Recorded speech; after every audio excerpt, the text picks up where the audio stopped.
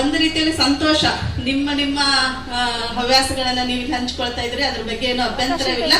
But ಸ್ವಾತಂತ್ರ್ಯ ಹೋರಾಟಗಾರರು ಬಂದಾಗ ಇವತ್ತು ಹುತಾತ್ಮರು ಅವರೆಲ್ಲ ಹುತಾತ್ಮರು.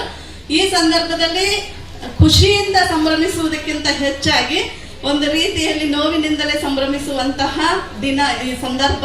ಬಳ್ಳಾರಿಯ ರಂಜಾನ್ ಸಾಬ್ ಅನ್ನುವಂತಹವರ ಒಂದು ಪಾಠವನ್ನ ವಿದ್ಯಾರ್ಥಿಗಳಿಗೆ ಇಟ್ಟಿದ್ರು. ಬಳ್ಳಾರಿ ಜಿಲ್ಲೆಯ ಸಾಹಿತ್ಯ ಪರಿಷತ್ತಿನ ಅಧ್ಯಕ್ಷರಾಗಿರ್ತಕ್ಕಂತಹ ಸಿದ್ದರಾಮ್ ಕಲ್ಮಠ್ ಅವರು ಬರೆದಿರ್ತಕ್ಕಂತಹ ಒಂದು ಲೇಖನ ರಂಜಾನ್ ಸಾಬ್ ಅನ್ನುವಂಥವ್ರದ್ದು. ಅವರು ಕರ್ನಾಟಕ ಏಕೀಕರಣಕ್ಕೆ ಪ್ರಾಣವನ್ನ ಸಮರ್ಪಿಸಿದಂತಹ ಒಬ್ಬ ಹುತಾತ್ಮರು. ನಾವು ಸಾವನ್ನು ಕೂಡ ಕನ್ನಡದ ಶಬ್ದಗಳು ತುಂಬಾ ಮೌಲ್ಯವನ್ನ ಒಳಗೊಂಡಂತವು. ಒಂದೊಂದು ಶಬ್ದಕ್ಕೂ ಕೂಡ ತನ್ನದೇ ಅರ್ಥ ಇದೆ. ಏನಾದ್ರು ಕೆಟ್ಟದಾಗಿ ಹಾಗೆ ಸಹಜವಾಗಿ ಬದುಕಿದ ಅಂದ್ರೆ ನೆಗದ್ ಬಿದ್ದ, ಸತ್ತ, ಹಲ್ಮೇಲೆ ಹೆಂಡಿ ಎರಿಸ್ಕೊಂಡ, ಈ ತರದಲ್ಲಿ ಬಳಸ್ತೇವೆ. ಅದೇ ಲಿಂಗೈಕ್ಯ ಆದ, ಶಿವಶರಣರು ಹಂಗೆ ಇದೆ ಅಂದ್ರೆ ಲಿಂಗೈಕ್ಯರಾದ್ರು, ಶಿವಾಧೀನರಾದ್ರು ಅಂತ ಕರೀತೇವೆ. ಅದೇ ಈ ರೀತಿಯಲ್ಲಿ ಪ್ರಾಣವನ್ನ ಯಾವುದೇ ಫಲಾಪೇಕ್ಷೆ ಇಲ್ಲದೆ ಸಮಾಜಕ್ಕೆ ತಮ್ಮ ಪ್ರಾಣವನ್ನ ಸಮರ್ಪಿಸಿದವರನ್ನ ನಾವೇನಂತ ಕರೀತೇವೆ ಅಂದ್ರೆ ಹುತಾತ್ಮರು ಅಂತ ಕರೀತೀವಿ. ಹೌದಾ?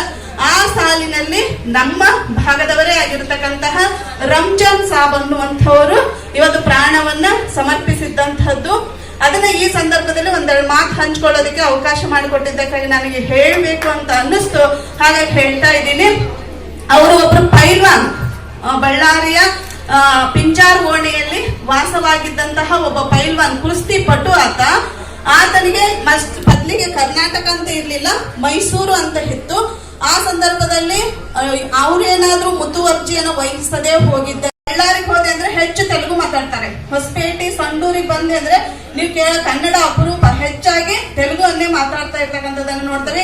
ಹಾಗಾಗಿ ಗಡಿನಾಡು ಪ್ರದೇಶದಲ್ಲಿ ಕನ್ನಡ ಕೆಲಸಗಳು ಹೆಚ್ಚಾಗಬೇಕು, ಈ ಸಾಹಿತ್ಯ ಪರಿಷತ್ತಿನ ಚಟುವಟಿಕೆಗಳು ಹೆಚ್ಚಾಗಬೇಕು, ಕನ್ನಡ ಸಾಹಿತ್ಯ ಪರಿಷತ್ತಿನ ಚಟುವಟಿಕೆಗಳು ಹೆಚ್ಚಾಗಬೇಕು ಅಂತ ಹೇಳಿ ಕಾರ್ಯಗಳನ್ನ ಹಮ್ಮಿಕೊಳ್ತಾ ಇರ್ತಕ್ಕಂಥದ್ದನ್ನ ಗಮನಿಸ್ತೀವಿ. ಅಂತಹ ಸಂದರ್ಭದಲ್ಲಿ ಮೈಸೂರು ಅನ್ನುವಂಥದ್ದು ಕರ್ನಾಟಕ ಇದಕ್ಕೆ ಸೇರ್ಬೇಕು, ನಮ್ಮ ಬಳ್ಳಾರಿನ ಸೇರ್ಬೇಕು ಅಂತ ಹೇಳಿ ಅವ್ರು ಹೋರಾಟ ಮಾಡ್ತಾರೆ. ಎಲ್ಲ ಸಕ್ಸಸ್ ಆಗಿ ಅವತ್ತು ಒಳ್ಳೆ ಅದ್ಧೂರಿ ಕಾರ್ಯಕ್ರಮ ನಡೀಬೇಕು. ಆಯ್ತು, ಎರಡೇ ಮಾತನಾಡಿ ಹೇಳಿ ಮುಗಿಸ್ತೀನಿ. ಅದ್ಧೂರಿ ಕಾರ್ಯಕ್ರಮ ನಡೀಬೇಕು, ಎಲ್ಲ ಶಾಮಿಯಾನ್ ಗೇಮನ್ ಎಲ್ಲ ಹಾಕಿದ್ದಾರೆ. ಅಲ್ಲಿ ಕೆಲವೊಂದು ಕಿಡಿಗೇಡಿಗಳು ಏನ್ ಮಾಡ್ತಾರೆ ಇದನ್ನ ಅದೇ ರೀತಿಯಲ್ಲಿ ಏನಾಗುತ್ತೆ ಅಂದ್ರೆ ಅಲ್ಲಿನೂ ಕೂಡ ಅವಾಗ ಅದಾದಂತಹ ಸಂದರ್ಭದಲ್ಲಿ ಕೊನೆಗೆ ಅವರು ಕಾಯ್ತಾರೆ, ಕಣ್ಣಿಗೆ ಎಣ್ಣೆ ಬಿಟ್ಕೊಂಡು ಇನ್ನೇನ್ ಬೆಳಕು ಹರಿಬೇಕು, ಕಾರ್ಯಕ್ರಮ ಶುರುವಾಗಬೇಕು. ಅವಾಗ ಕೆಲವೊಂದು ಕಿಡಿಗೇಡಿಗಳು ಬಲ್ಬ್ಗಳನ್ನ ಆಸಿಡ್ ಬಲಂತೆಗೊಳಿಸ್ತಾರೆ. ಈ ರೀತಿಯಲ್ಲಿ ಆಸ್ಪತ್ರೆಯಲ್ಲಿ ಅವರು ಸಾವು ಬದುಕಿನ ಮಧ್ಯೆ ಹೋರಾಡ್ತಾ ಇದ್ದಾರೆ. ಈ ಕಡೆ ಅವ್ರು ಹೇಳ್ತಾರೆ ಕಾರ್ಯಕ್ರಮ ನನಗೋಸ್ಕರ ನಿಲ್ಲಿಸಬೇಡಿ, ಬೆಂಗಲ್ ಹನುಮಂತರಾಯರು ಬರ್ತಾರೆ ಅದೇ ಕಾರ್ಯಕ್ರಮಕ್ಕೆ, ನನಗೋಸ್ಕರ ನಿಲ್ಲಿಸಬೇಡಿ ಅಂತ ಹೇಳ್ತಾರೆ. ಹಾಗಾಗಿ ಆ ಹುತಾತ್ಮ